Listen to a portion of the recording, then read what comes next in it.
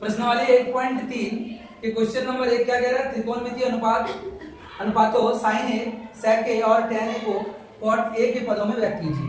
ठीक है ना? तो इसको व्यक्त करने से पहले 3 फॉर्मूला याद करने के लिए बोले थे।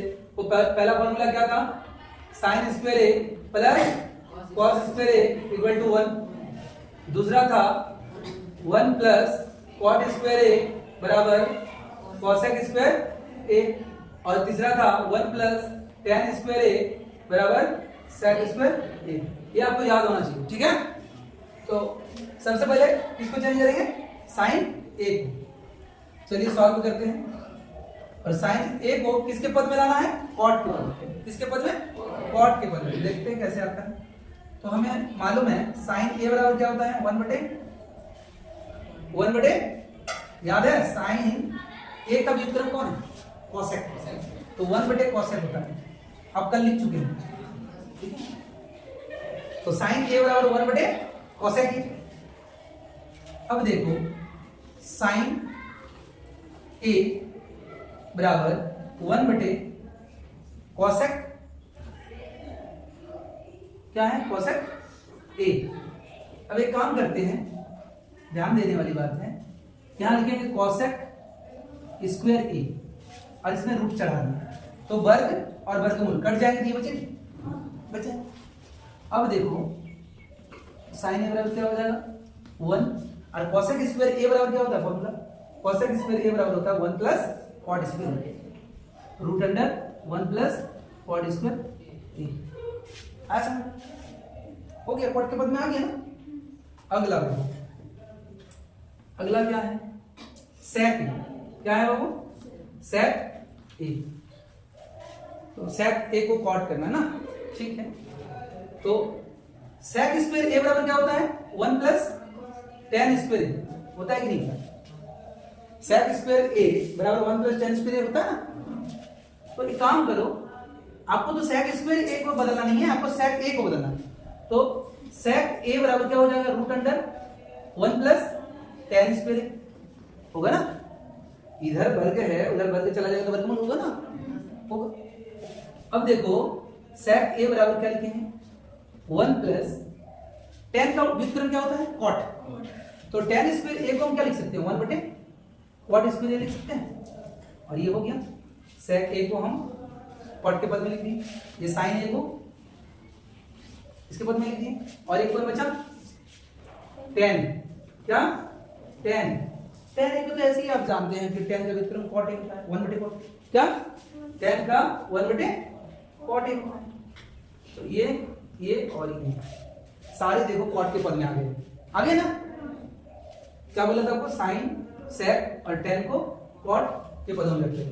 ठीक है, समझ में आ गया होगा। तो अभी हम लोग क्वेश्चन नंबर कितना सॉल्व करेंगे? 2। एंगल A के अन्य सभी त्रिकोणमितीय अनुपात को sec A के पदों में लिखिए।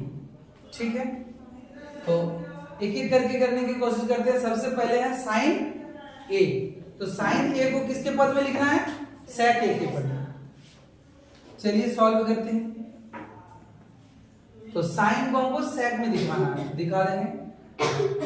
एक फॉर्मूला पता है आप लोगों को, sin square A plus cos square A equal to 1। अब एक काम करो, sin स्क्वायर A को रहने दो इधर और क्या ले चले जाओ? cos स्क्वायर A को उधर ले चले जाओ। तो 1 माइनस क्या होगा बाबू?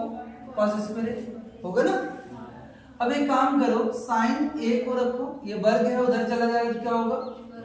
वर्गमूल होगा। 1 माइनस cos स्क्वायर A होगा कि नहीं? Root under 1 minus cos square A। अब क्या करेंगे? sin A बराबर root under 1 minus cos A का क्या होता है? कल लिखा दिए थे, याद भी हो गया होगा आप लोगों को। cos का होता है 1 बटे sec स्क्वायर होता है कि नहीं होता है? और ये आ गया आपका sin A किसके रूप में? sec के टर्म में आ गया। ठीक है, अगला क्या बोलता है? cos। तो cos A बराबर क्या होता है? 1 बटे sec। ये भी कोई दिक्कत नहीं, ये तो फॉर्मूला भी आता है ना। चलो ये भी हो गया। अगला आता है क्या, tan को sec के रूप में लिखना। किसको, tan। तो ये फॉर्मूला से हम निकाल लेंगे क्या, 1 प्लस tan स्क्वायर a बराबर क्या होता है बाबू, sec स्क्वायर a। अब देखो 1 नहीं, एक काम करते हैं, tan स्क्वायर a को इधर रहने दो, 1 को उधर ले चले जाते हैं। तो 1 को जैसे उधर ले जाएंगे क्या होगा, sec स्क्वायर a माइनस 1 होगा। अब एक काम करो, tan स्क्वायर a है तो tan स्क्वायर नहीं, tan a का निकालना है। तो tan a का क्या हो जाएगा, इधर वर्ग है उधर जाएगा तो वर्गमूल, तो क्या हो जाएगा sec स्क्वायर a घटा 1। समझ में आया। फिर क्या है, अभी हमने किसका किसका निकाला, साइन का, कॉस का, और ये रहा tan का। अब मुझे किसका निकालना है, कोसेक का। तो कोसेक a बराबर क्या होता है, 1 बटे साइन। होता है या नहीं होता है, होता है। और साइन a का कितना निकाल के रखे हैं, 1 माइनस 1 बटे सेक। तो साइन की जगह हम क्या डाल देंगे, 1 बटे रूट अंडर, साइन ए का क्या है, रूट अंडर 1 माइनस 1 बटे सेक स्क्वायर। बात समझ में आया।